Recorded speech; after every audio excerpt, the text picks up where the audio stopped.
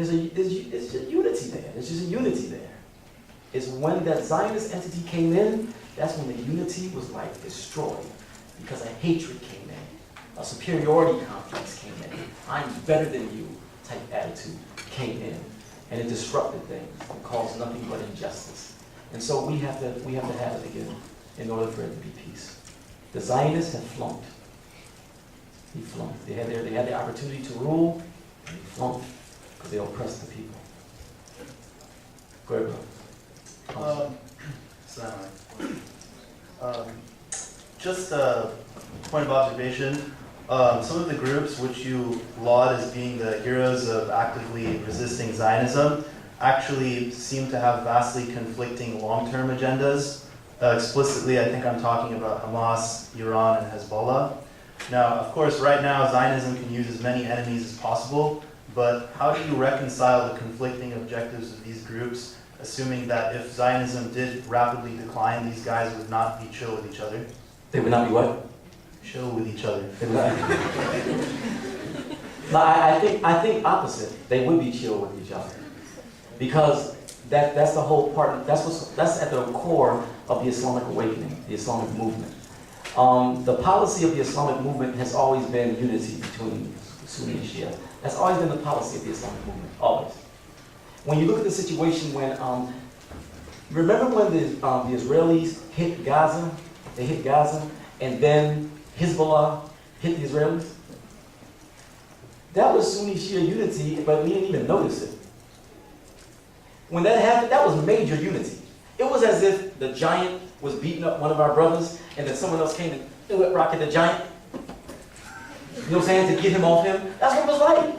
And even the non-Muslims said it. Hezbollah did that to help Hamas. That's why they did that. That's unity, y'all. That's unity.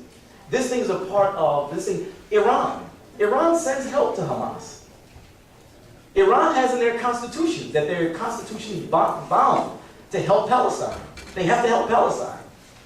You know, if you look at the Islamic movement, the Islamic resistance, the Islamic awakening, there's always been unity. The capital of Sunni Shia unity was Iraq. In Iraq, Sunni and Shias get married. Sunni and Shias be in the same family. What's this thing about? A bomb was set off at the Shia mosque by a Sunni. That's the British. That's the United States. This is the capital of Sunni Shia unity, Iraq. You know what I'm saying? So that's the West doing that fitna, that mischief. The Islamic movement is about unity. And so now, I would say that if things continue, and once Hamas comes to the power, and Hezbollah comes to power, there's going to be unity. They'll continue their relationship that they've always had. And that goes back, y'all. Back in 1993 when they kicked the brothers out of Palestine. And they kicked the brothers out and put them in the desert, like cold, nighttime desert. Who sent them blankets and supplies? It was Hezbollah. So the unity is there. And the unity, the unity is a part of the Islamic movement. Hassan al-Banna, rahmatullahi, Hassan al-Banna was going to meet with the Shia leader in Egypt. A day or two before he was martyred, he was going to meet with the Shia leader. Because the Islamic movement is about unity. And so now, I think that it would be a situation where once we're in control, now it's going to be unity. It's saying, it's the U.S. government that's coming in and spreading all this fitna between us. Before the revolution in Iran, wasn't no Sunni Shia controversy. After that revolution, there was heck of controversy. You know why? Because they knew that what happened in Iran could spread throughout the Muslim world. That the most powerful puppet in the Muslim world was overthrown by a population without any weapons. Civil disobedience. Massive civil disobedience. That's how they get rid of the Shah. They was concerned that would spread to Arabia, Egypt, all over the Muslim world. So they try to say, Sunni Shia. And some of our people fell for the okie doke because they weren't involved in movement. They weren't involved in movement, so they're going to fall for that okie doke. They were concerned about that revolution spreading to other countries. So they try to make it appear that it was a Shia phenomenon that produced that revolution. It cannot go to other places. All right, then why'd y'all nationalize the masjid then? and send your kuppahs in the mail to the imams. Here's your kuppah for the week. Misway. Always use misway. You know what I'm saying? That type of thing. Right? They nationalized the masajid. They nationalized the masajid. And so they knew that it could spread to other countries. A puppet is overthrown by a population through civil disobedience, no weapons. That's why the revolution in Iran is considered a non-violent revolution. The people didn't have weapons. They just said, we ain't cooperating with you. We ain't cooperating. And the Shah had to blitz. He had to get out of there. That means the same thing can happen in Egypt. And Egypt, inshallah, is not too far away. Inshallah. Not too far. Go ahead, bro. Assalamu alaikum. Just like to say thank you for your talk, very inspirational. And I hope I can get a DVD of it. Anyway, my question has to do with Zionist involvement in 9/11. And we know that, we know that Cubono, who benefited the most from 9/11, we know that the Zionist state of Israel was one of the #1 beneficiaries of 9/11. And, you know, Larry Silverstein, the Zionist Jew, bought the lease for World Trade Center only 6 weeks before 9/11, and his $15 million investment actually grossed him about $7.5 billion from the devastation.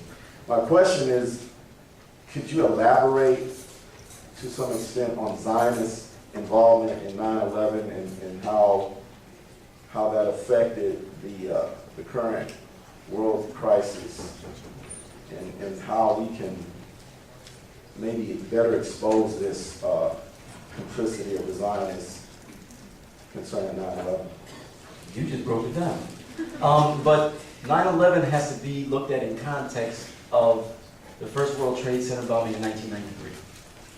You can't look at those in isolation at all. Do not look at them in isolation. Really. 1993, the Israelis, bless their hearts, told the World Trade Center people that you guys could get hit at the World Trade Center, like the bottom of the World Trade Center garage is really vulnerable to terrorist attack. The Israelis accused the United States of having terrorists in the country. And the United States said, no, we don't. And he said, yes, you do. No, you don't. And so then there was a bomb in the World Trade Center, one of the World Trade Center towers in the garage. All right, check this out, y'all. Check this out, y'all. Bomb goes off. Okay. They find a truck. The truck is rented by Mohammed Salameh. All right? From Ryder. 2 days later, Mohammed Salameh comes to Ryder, rent a truck. Place where he rented a truck. And he says, my truck was stolen. My truck was stolen. And I'm here to report out. He stole it. When he does that, the FBI jumps out. Gotcha! So, here's the thing. Mohammed Salameh goes to the World Trade Center, rents a car, a truck, goes to the World Trade Center, bombs it, and then goes back to the Ryder rented truck to get his refund. I swear they said this with a straight face. Uncle Sam said this with a straight face. So he came back to the Ryder rented truck, and he wanted to get his refund, and that's when we got him. Oh, good job, Sam. Right? And the American people said, ooh, good, right? And so they checked his apartment, nothing. They checked his apartment, nothing. And the masjid he went to, nothing. And then it was found out that Mohammed Salameh was he was hired, to get the truck, and the truck was actually the name of a Ghusi Hadass, the Ghusi Hadass. So they checked Ghusi Hadass's apartment, and they found bomb-making equipment and stuff like that, right? Ghusi Hadass was an Israeli citizen, right? And so that's at this apartment, Ghusi Hadass. So Joe Belichick, the FBI head of New York, he was giving a press conference. And so one of the reporters said, Mr. Belichick, is it true that Ghusi Hadass is a member of Mossad? And so Joe Belichick said, director of the FBI said, we have no information that Ghusi Hadass is in the Mossad. And if we did, we wouldn't tell you anyway, okay? The Village Voice actually broke the story. It wasn't the New York Times. It wasn't the New York Times. It was the Village Voice that broke the story that bomb-making equipment was found in